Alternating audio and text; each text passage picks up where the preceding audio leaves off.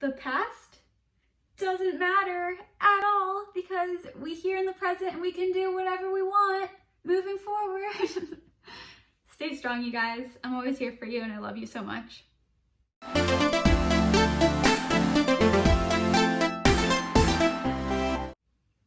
I just wish that this illness didn't exist because it's so freaking hard to watch someone struggle with it, and it's so hard to struggle with it. It's just such an awful thing, but there is ways to take it and turn it into something really fucking wonderful, and you are a really incredible person, so please recognize that. Please keep focusing on your strengths, grow those, because you deserve to grow.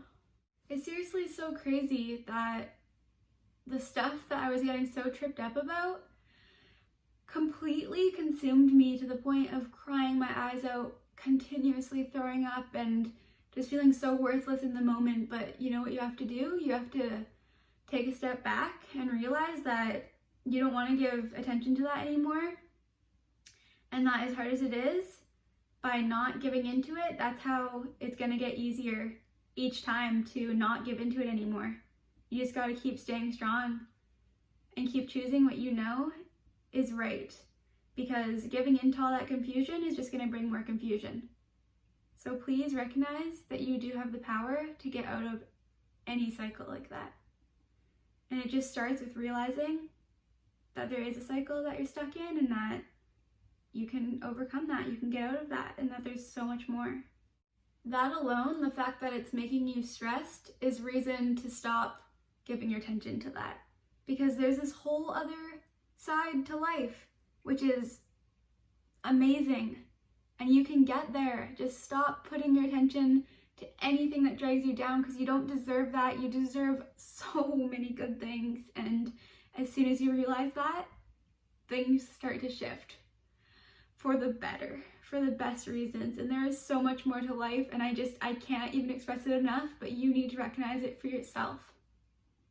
If you're stuck in repetitive thoughts that keep you stuck, that make you feel less than you deserve to be, there's no point in even looking at everything in your past trying to decode it all. Like, just figure out, just realize that you can choose to move forward, to let go of everything in your past, and not try to make sense of absolutely everything, because there's no point in that. We don't need to make sense of it all. We just need to learn how to enjoy where we are now.